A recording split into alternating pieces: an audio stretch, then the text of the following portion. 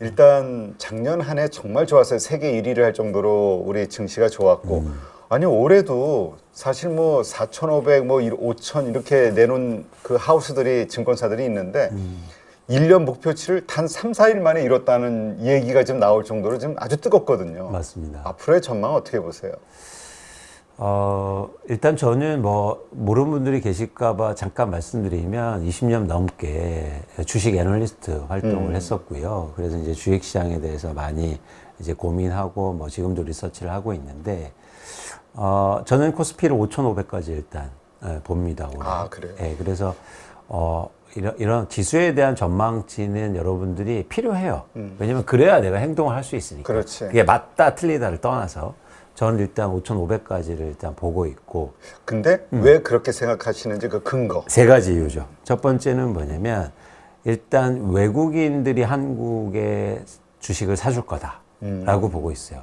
그럼 왜 사주냐 보면은 금리의 변화를 좀 보실 필요가 있는데 금리가 빠르게 떨어지는 이제 앞으로 구간이 아니고 완만하게 하락하는다고 전 전망해요. 네. 그래서 미국의 기준금리가 빠르게 하락하는 게 아니라 지금 3% 후반대지 않습니까? 거기서 빠르게 하락해서 예를 들어서 2% 초반대 뭐 1%대까지 떨어지는 것보다 완만하게 하락한다고 보면 이런 기준금리가 완만하게 하락하는 구간에서는 이머징 국가가 가장 좋아요.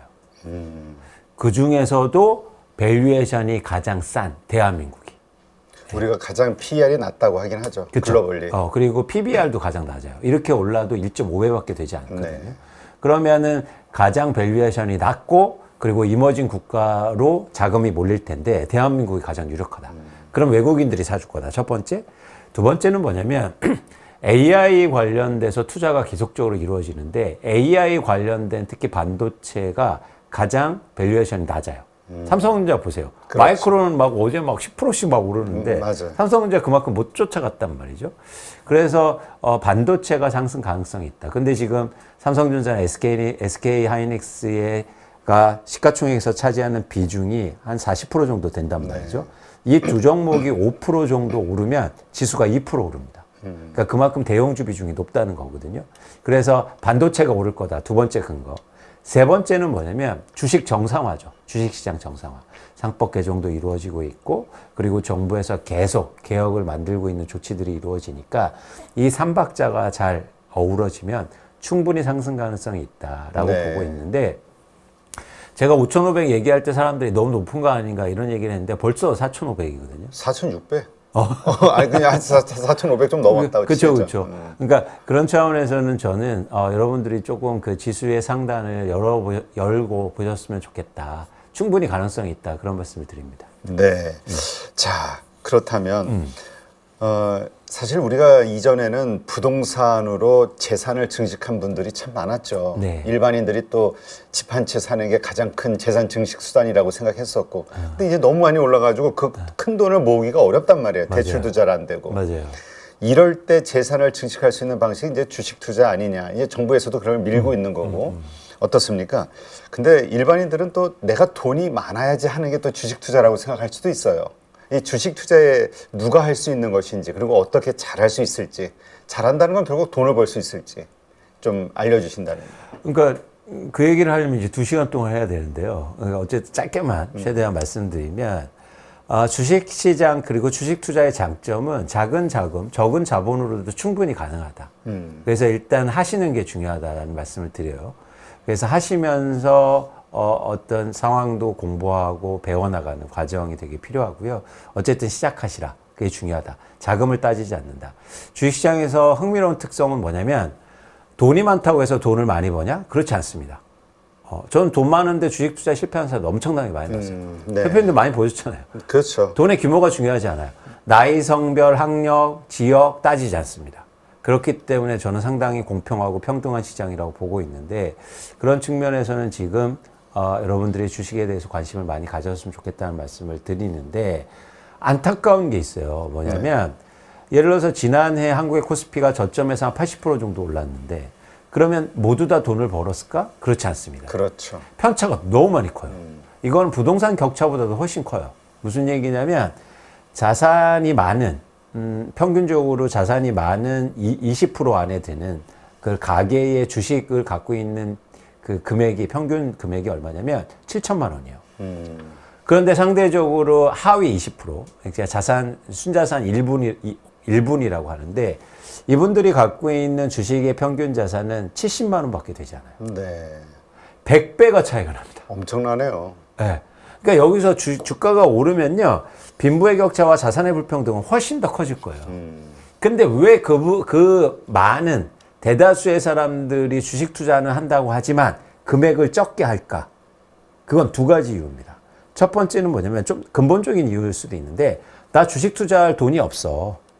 이제 이게 좀 넘을 수 없는 그렇죠. 그런 문제의식이고, 두 번째는 뭐냐면 돈이 있는데도 불구하고 하지 않아요. 그건 뭐냐면 잘 몰라서요. 해본 그렇죠. 적이 없어요.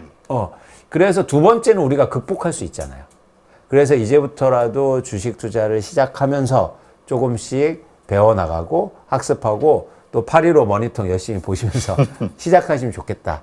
그게 사실은 격차를 줄이고 여러분들이 주식시장에 동참하고 그걸로 부를 만드는 첫 번째 걸음이라고 저는 생각합니다. 네. 자, 지금 증시가 이렇게 오르기는 하지만 이제 왜 과거에 이렇게 경험을 하셨던 분들 혹은 주변의 지인들이 경험한 분들, 이런 분들은 하지 마, 망해, 맨날 이런 이야기를 하더라. 네. 그래서 이건 도박 같은 것이다, 위험하다, 이런 인식을 가지신 분들이 참 많단 말이죠. 네.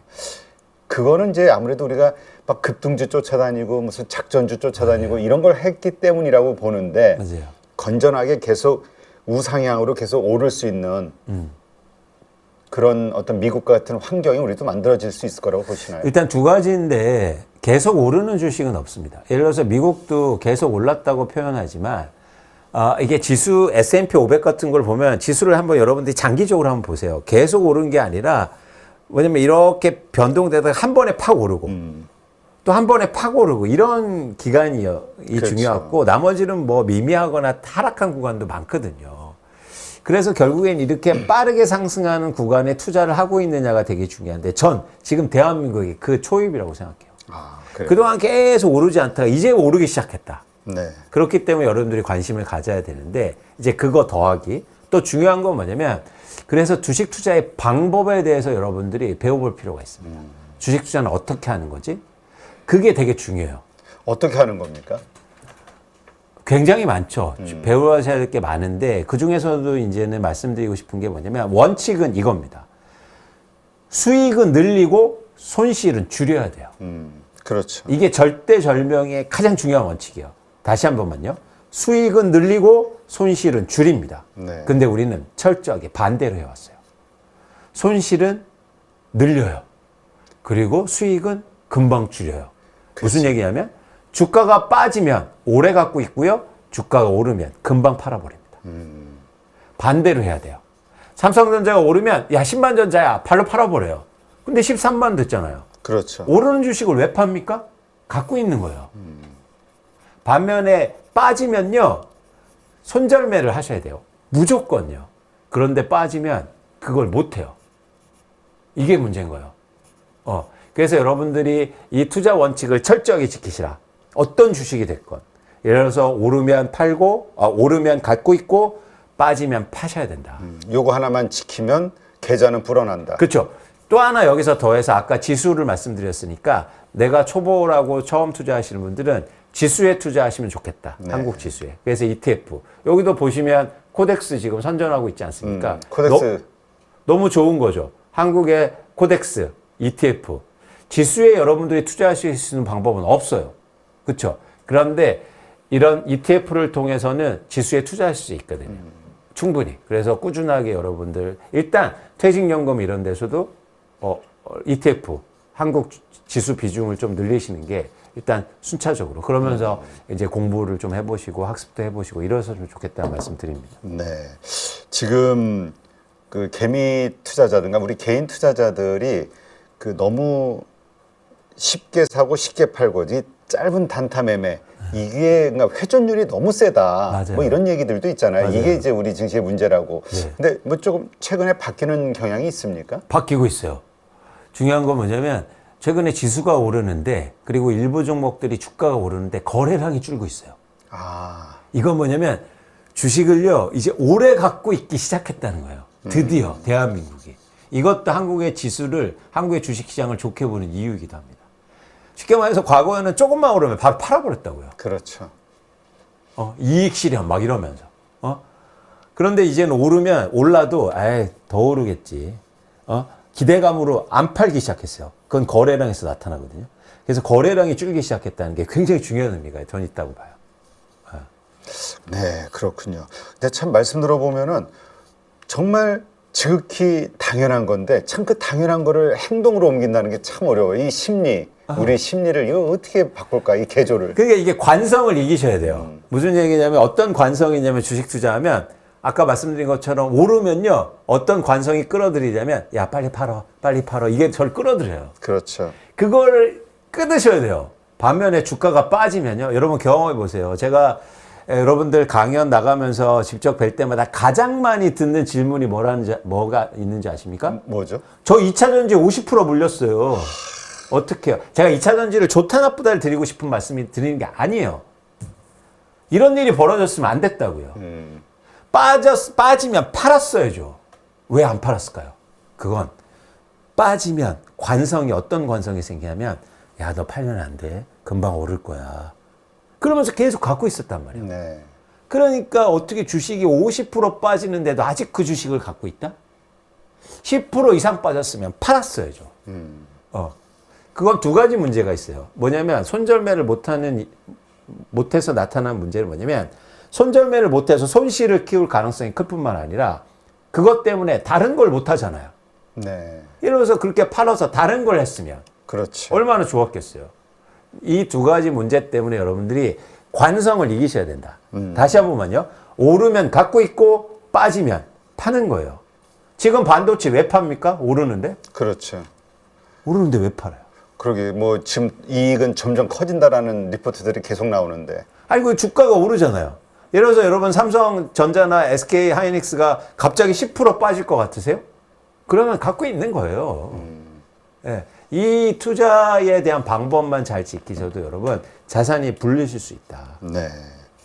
자, 그렇다면 지금 어떻습니까? 삼성전자, 그다음에 SK 하이닉스 파는 이유가 많이 올랐기 때문이라고 생각하는 분들도 있거든요. 네. 근데 그럼에도 불구하고 더 오를 거라고 믿는 분들이 많으니까 이게 계속 더 올라가는 거잖아요. 어떻습니까? 밸류에이션으로 볼 때 이런 논리가 맞을까요? 지금 구간이? 그러니까 지금 한국 주식에서 굉장히 흥미로운 점, 특히 반도체가 뭐냐면 예를 들어서 주가를 보실 때 두 가지가 있는 거죠. 주가가 오를 때 이제 두 가지 이유가 있는데 멀티플이 오르는 구간이 있고 예를 들어 사람들이 너무 막 미래의 전망을 좋게 보는 거예요. 그래서 거기에 대해서 PER이나 PBR 배수를 높게 주는 거예요. 그치. 몇 년 것까지 다 땡겨와서. 맞습니다. 그거와 함께 그게 있는 거 반면 두 번째는 뭐가 있냐면 이익이 증가해서 그냥 자동적으로 쫓아가는 거예요, 주가가. 근데 저는 지금 한국의 반도체는 후자에 가깝다고 생각해요. 네. 멀티플이 안 올라요. 근데 이익이 막 증가하고 있거든요. 이익에 대해서 그냥 쫓아가는 거예요. 그렇기 때문에 여러분들이 너무 우려하실 필요는 없다. 무슨 얘기, 멀티플만 올라가면 변동성이 커지고 주가가 하락할 가능성도 커지고. 근데 쉽게 말해서 펀드멘탈, 기초 체력이 좋아지는 지금 구간에 있고 특히 2026년도는 그럴 한 해가 커질 가능성이 굉장히 여러분들 맨날 보는 뉴스가 그거지 않습니까? 디램 가격 뭐 50% 올랐대. 뭐 마이크론의 올해 실적 예상치가 막 갑자기 70, 80%가 증가했대. 그런 거를 보는 거 멀티플이 올라간다는 얘기가 아니에요. 그렇죠. 그러면 기초체로 오면 마음을 편하게 가지셔도 좋겠다. 실적이 좋아지는 거니까. 맞습니다. 자, 그런데 사실 이번에 정부에서도 미국 증시에서 투자하고 있는 분들이 한국으로 돌아오게 될 경우 이제 뭐 세제를 5천만 원까지 뭐 면제해주고 뭐 이런저런 이야기들이 있었잖아요. 그러니까 그만큼 미국 증시에 많이 들어가 있는 상황인데 미국 증시를 하는 분들의 입장에서는 이건 계속 우상향으로 오른다. 여기가 더 돈 벌기 좋다. 이런 의식들이 있단 말이에요. 근데 아까도 말씀하셨지만 미국의 금리가 인하하는 그 시점, 그러니까 약달러가 가는 시점에서는 신흥국이 올랐던 과거의 사례. 맞아요. 이걸 비교해 보면서 어떻게 해야 될 것이냐 고민하는 분들. 그건 먼저 지금 시장에 신호를 줬단 말이에요. 2025년 시작을 보십시오. 대한민국의 코스피는 70%가 올랐는데 미국의 나스닥이나 S&P는 30%밖에 안 올랐단 말이죠. 그건 벌써 아니 수익을 쫓는 게 뭐냐면 여러분들 저는 가장 싫어하는 말이 장기 투자예요. 왜요? 장기가 어디 있습니까? 아니 수익률 높은데 가는 거예요. 걔는 오르니까 그냥 계속 가는 거지. 네. 단지 기간을 정해놓고 가는 게 아니라 그쵸. 오르니까 계속 가져가는 그렇죠. 거고. 그러면 예를 들어서 한국이 더 많이 오를 것 같으면 올해 더 많을 것 같으면 한국 주식 투자하는 거 아니에요? 그렇죠. 그래서 지난해 한국 투자한 사람들은 훨씬 더 좋았잖아요. 그런데 예를 들어서 야 5년 동안 봐야 돼. 왜 그렇게 봐요? 그거는 예를 들어서 올해 한국 주식 산 다음에 올해 말에 좋을 것 같으면 내년에 미국 주식 가면 돼요. 누가 막습니까?